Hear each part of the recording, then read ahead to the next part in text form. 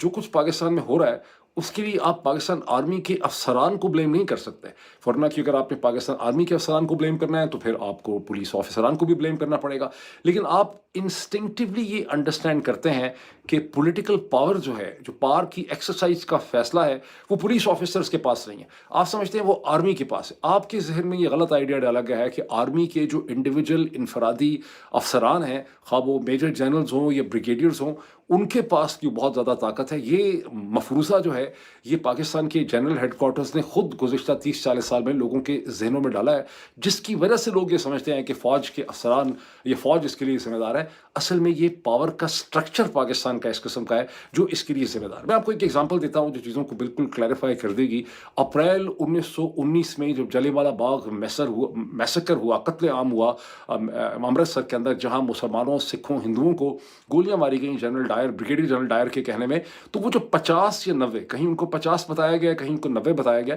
وہ جو سولجرز تھے اس میں سے میجورٹی گورکھا تھے، سکھ تھے،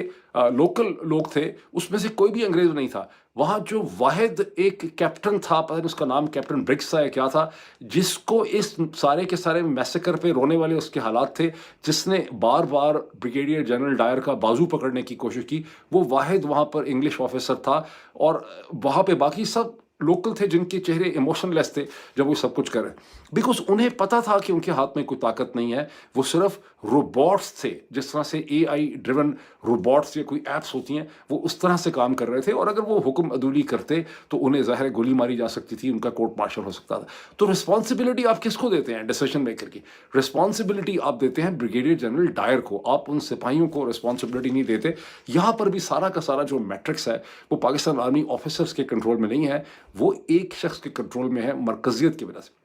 پاکستان کی آرمی کی کمزوری یہ نہیں ہے کہ انہوں نے 1971 کی جنگ ہار دی، فوجیں جنگ ہار جاتی ہیں، بہت سی فوجوں کو بہت سی شکستیں ہوتی ہیں۔ اصل جو ان کی انسٹیٹیوشنل کمزوری یہ ہے کہ نواز شریف جیسے شخص نے اور آصف علی زرداری نے اس انسٹیٹیوشن کو ڈومینیٹ کر لیا، پینیٹریٹ کر لیا، اور اس کو اپنے مقاصد کے لیے انہوں نے استعمال کرنا شروع کر دیا، جس کی بے تحاشا اگزامپلز آپ کے سامنے مسلسل آ رہی ہیں۔